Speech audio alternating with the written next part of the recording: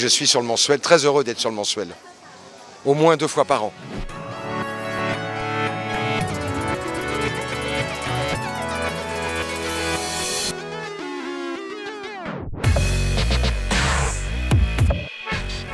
Je me sens un peu vidé, mais vidé après avoir servi un texte tellement magnifique que je suis un peu en lévitation, quoi. Je mets 2-3 heures à m'en remettre à chaque fois. J'ai qu'une envie, c'est de recommencer le lendemain matin. C'est une histoire sans fin. En fait, je me suis rendu compte ce matin, par exemple, dans la présentation, que c'était presque plus facile de jouer tout seul qu'avec les autres. Alors que quand j'ai commencé le spectacle, je me suis dit, mais jamais je vais y arriver, c'est trop dur de jouer tout seul. Et en fait, c'est un pied, mais un pied. Moi, j'avais pu éviter à toi et à ta sœur d'être dans ce train qui nous menait vers... Bon, ça tu sais. Tout à coup, au milieu de ce bordel, j'entends tout près de moi une voix. Enfin, je veux dire, une voix normale. C'était un homme qui était dans un coin avec son fils, 12 ans le fils. Est-ce que tu as fait tes devoirs pour demain, mon fils? Il enchaînait quelques notions de physique, un peu de géographie. Je crois qu'on va parler de passion.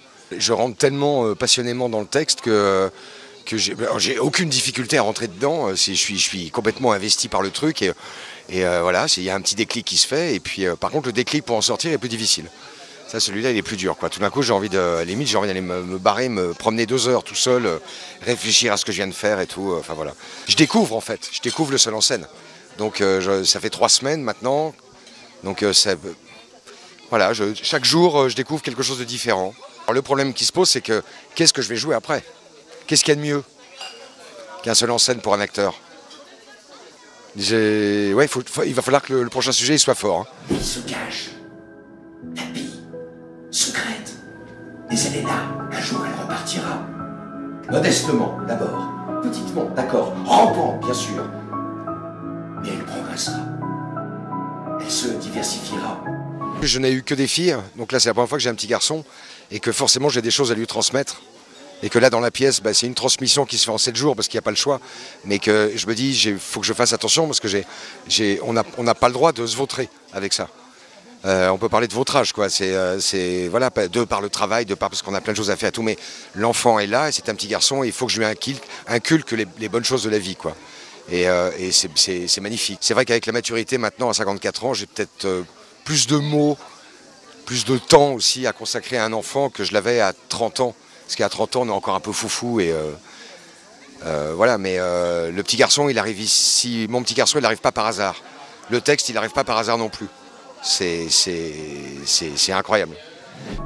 Et là, tout me parle clair. Son comportement, son insistance. Au milieu du 4e jour, donc, j'avais enfin compris.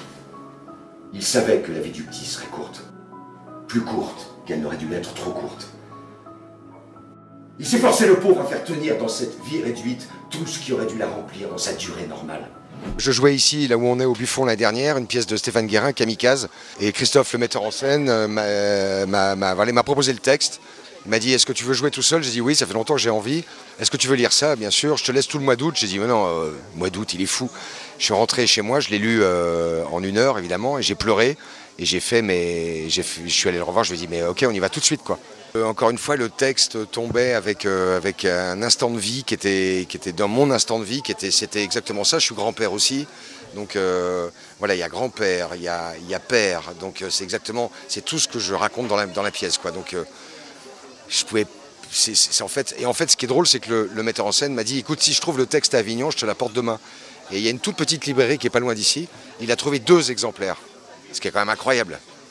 Un pour lui, un pour moi. Et hop, boum, on est parti. Incroyable. Oui, c'est un signe. Mon fils s'appelle Mathurin, parce que j'ai démarré au Théâtre des Mathurins, et a priori, je vais reprendre ce spectacle à Paris au Petit Mathurin. Ce qui est quand même énorme, non? Pas au Mathurin, au Petit Mathurin. Non, je pense que j'en ai pas fini avec ce spectacle. Je pense que je vais le jouer, le rejouer, que ça va durer 1 an ou 2. Ouais.